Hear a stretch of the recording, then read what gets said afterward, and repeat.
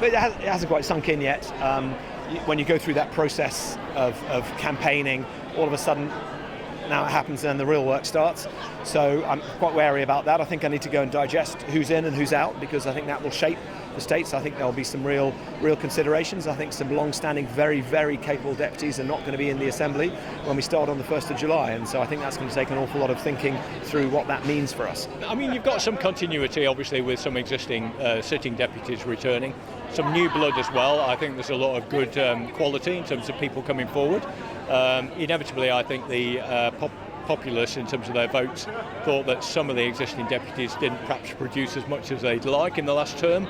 And I think also there seems to be a lot of people wanting the deputies to work together more cohesively, rather than sort of split parties or alliances and things like that. So let's work together for the good of the island, I think, is probably what the public want. I'm encouraged to see more women become successful, so I think that's going to be really good for bringing the diversity of thoughts and opinion. I think it maybe looks like it's been a little bit of an anti-GST vote as well, even though I am one of the people who did vote for GST+.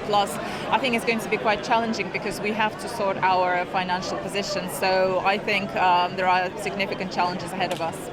So I think tax is a really big one, but I think because I've been sort of running on economy and education, I've been hearing a lot about we need the economy to grow, and also around that education piece about what we need to do to sort of, I guess it's to reinvigorate ambition in our young people. So those are really the key messages I've been hearing.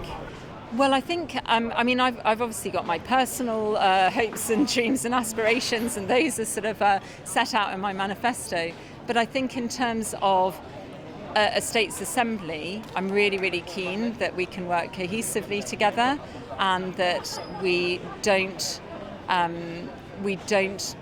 disintegrate into factionalism. I think if there is one overarching theme, it does seem to be that desire for collaborative working and being collegiate and civil. So I'm really hoping that is what is going to characterise this next States Assembly, and I think if it does, we stand a much better chance of doing the things that we set out to do.